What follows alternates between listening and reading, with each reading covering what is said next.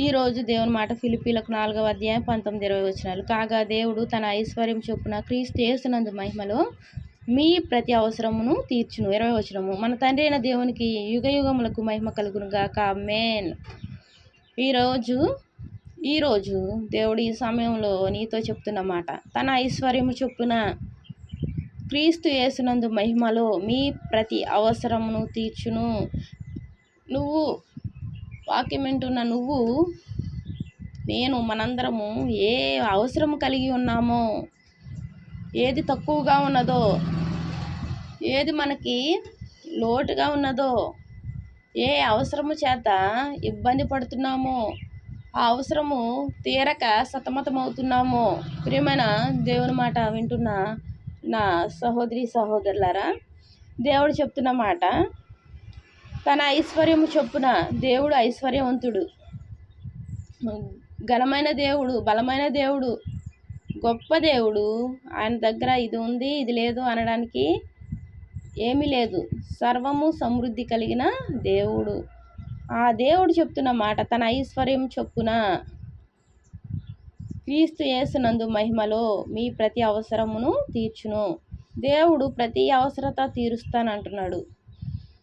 ప్రతి కొరత, ఏదైతే కొరతగా ఉందో, ఏదైతే తక్కువగా ఉందో, ఏదైతే ఆ సమస్యగా ఉందో అది తీరుస్తానంటున్నాడు. అప్పు అనే సమస్య, అనారోగ్యం అనే సమస్య, ఆరోగ్యం రావాలి, అది అవసరత.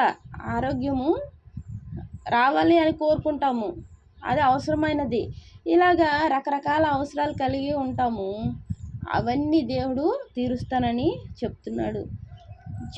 చెప్పే దేవుడు నమ్మదగిన దేవుడు, ప్రేమ కలిగిన దేవుడు, కనికరం గల దేవుడు, ఆశ్చర్య కార్యములు చేయగలిగిన దేవుడు, బలమైన దేవుడు. ఆ దేవుణ్ణి మనము అడిగితే, ఎవరిని అడగాలి? వేరొకరిని అడిగితే అవి తీరవు. దేవుణ్ణి అడిగితే మన అవసరాలన్నీ ఆయన తీరుస్తాడు. క్రీస్తు యేసునందు మహిమలో ప్రతి అవసరత తీరుతుంది. అదృశ్యమైన దేవుడు అదృశ్యమైన కార్యాలు చేస్తాడు. ఆయన దృశ్యమైన దేవుడు కాదు, అదృశ్యమైన దేవుడు. ఆయన చేయగలిగిన సంపన్నుడు. మరి ఆ దేవుని మనము ఏం చేయాలి? అడగాలి. అడిగితే ఆయన మన అవసరాలు తీర్చే దేవుడుగా ఉన్నాడు. మనము ఏదైనా కొనుక్కోవాలని వెళ్ళినప్పుడు అడుగుతాము. అడగకుండా వారు నీ హృదయంలో ఏముందో, ఏం కొనుక్కుంటావో తెలుసుకొని ఇవ్వగలరా? ఇవ్వలేరు కదా. అడిగితేనే వారు ఇస్తారు. అడగకుండా మనము అలా నుంచుంటే ఇస్తారా? ఇవ్వరు కదా. అదే రీతిగా మనము ఏం చేయాలి? దేవుణ్ణి అడగాలి. కొనుక్కోవడం ఏంటి? నువ్వేం కొనుక్కో అవసరంలా. దేవుని దగ్గర ఏది ఖర్చు అవ్వదు. నీ ఒక్క పైసా కూడా నువ్వు ఖర్చు పెట్టవసరంలా. దేవుని సన్నిధిలో మోకరించి, ఇంట్లో నువ్వేం చేయాలి? మోకరించాలి. మనం చర్చిలో ఎక్కువ సమయం గడుపుతామా? గడపలేము. ఆదివారం గడుపుతాము, అలాగే శుక్రవారం, శనివారాలు, ఇలాగే బుధవారాలు బైబిల్ స్టడీ అని ఉంటుంది, అలాగే ఉపవాస ప్రార్థన అని ఉంటుంది. ఇలాగా మనం వెళ్తాము. మనం ఏం చేయాలి? ఎక్కువ సమయం గడిపేది ఇంట్లో కాబట్టి, ఇంట్లో భారంగా మనము ప్రార్థన చేయాలి. భారంగా దేవుణ్ణి అడగాలి. అడిగితే ఆయన మన హృదయాన్ని తెలుసుకున్న దేవుడు, మన స్థితిగతులు ఎరిగిన దేవుడు. మనం అడిగే విధానాన్ని బట్టి ఉంటుంది. మనము ఆయన్ను సరిగ్గా అడగగలిగితే ఆయన ఇచ్చే దేవుడుగా ఉన్నాడు, అవసరాన్ని తీర్చే దేవుడుగా ఉన్నాడు. అడగడం వచ్చినా రాకపోయినా ఆయన నీ అవసరాన్ని తీరుస్తాడు. ఆయన మాట ఇచ్చాడు. కానీ నువ్వేం చేయాలి? నీ యొక్క హృదయాన్ని ఆయనకు అర్పించాలి. అర్పిస్తే ఇది ఖచ్చితంగా మన జీవితంలో నెరవేరుతుంది.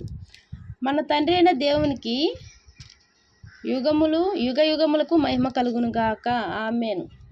మనం ఇబ్బందిలో పడటం వలన దేవునికి మహిమ కాదు. మనం బాధపడటం వలన దేవునికి మహిమ కాదు. మనం సంతోషంగా ఉండటం దేవునికి మహిమ. మనం ఆనందంగా ఉండడం ఆయనకు మహిమ. దేనికి మహిమ? నా బిడ్డలైన వారు సర్వసమృద్ధితో ఉన్నారు. నన్ను అడిగి వారు పొందారు అని ఆయన సంతోషించే దేవుడుగా ఉన్నాడు. ఆయనకి మహిమ కలగాలి అంటే మరి మనం ఏం చేయాలి? మనము ఆయన్ను వేడుకోవాలి, ఆయనతో మనం స్నేహం చేయాలి. మన యొక్క స్నేహబంధం ఎలా ఉండాలి? రోజు రోజుకి ఆయనతో రోజు రోజుకి పెరుగుతూ ఉండాలి, రోజు రోజుకి తగ్గిపోతూ ఉండకూడదు.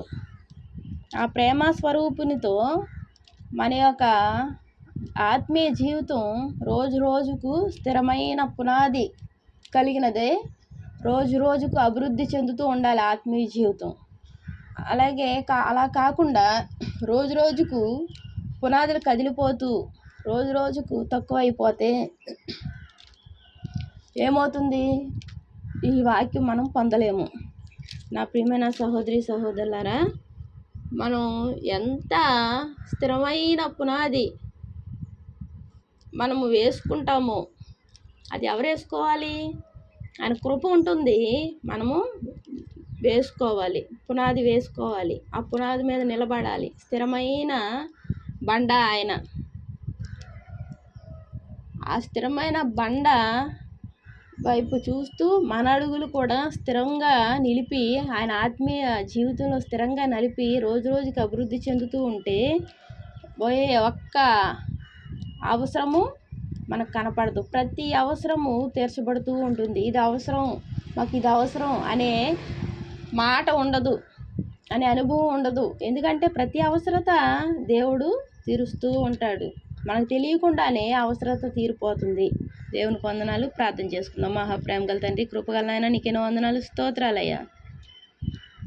తన ఐశ్వర్యం చొప్పున క్రీస్తు యేసునందు మహిమలో మీ ప్రతి అవసరమును తీర్చును అన్నావు తండ్రి. నువ్వు తీర్చే దేవుడు ప్రభా. మా అవసరాలను, మా కష్టాలను, మా ఇబ్బందులను, మా స్థితిగతులను ఎరిగిన దేవుడు అయ్యా. నువ్వు తీర్చడానికి ఈ లోకానికి వచ్చావయ్యా తండ్రి. మమ్మల్ని ఎంతగానో ప్రేమిస్తున్నావయ్యా తండ్రి. మేము కూడా ప్రభా అటువంటి ప్రేమను కలిగి తండ్రి నాయన నేను వేడుకొని అడిగి ప్రభా పొందుకునే కృపను అనుగ్రహించండి ప్రభా. వాక్యం వింటున్న ప్రతి ఒక్కరి జీవితంలో ఏ అవసరత లేకుండా ప్రభా నాయన, ఇది అవసరము, ఇది అవసరము, ఇది లేదే మాకు అన్న బాధ లేకుండా ప్రతి అవసరము తీర్చే దేవుడుగా ఉన్నందుకు వందనాలు చెల్లించుకుంటున్నానయ్యా. వాక్యం వింటున్న ప్రతి బిడ్డను పేరు పేరున ఆశీర్వదించి దీవించి నీ దీవెనతో నింపండి ప్రభా.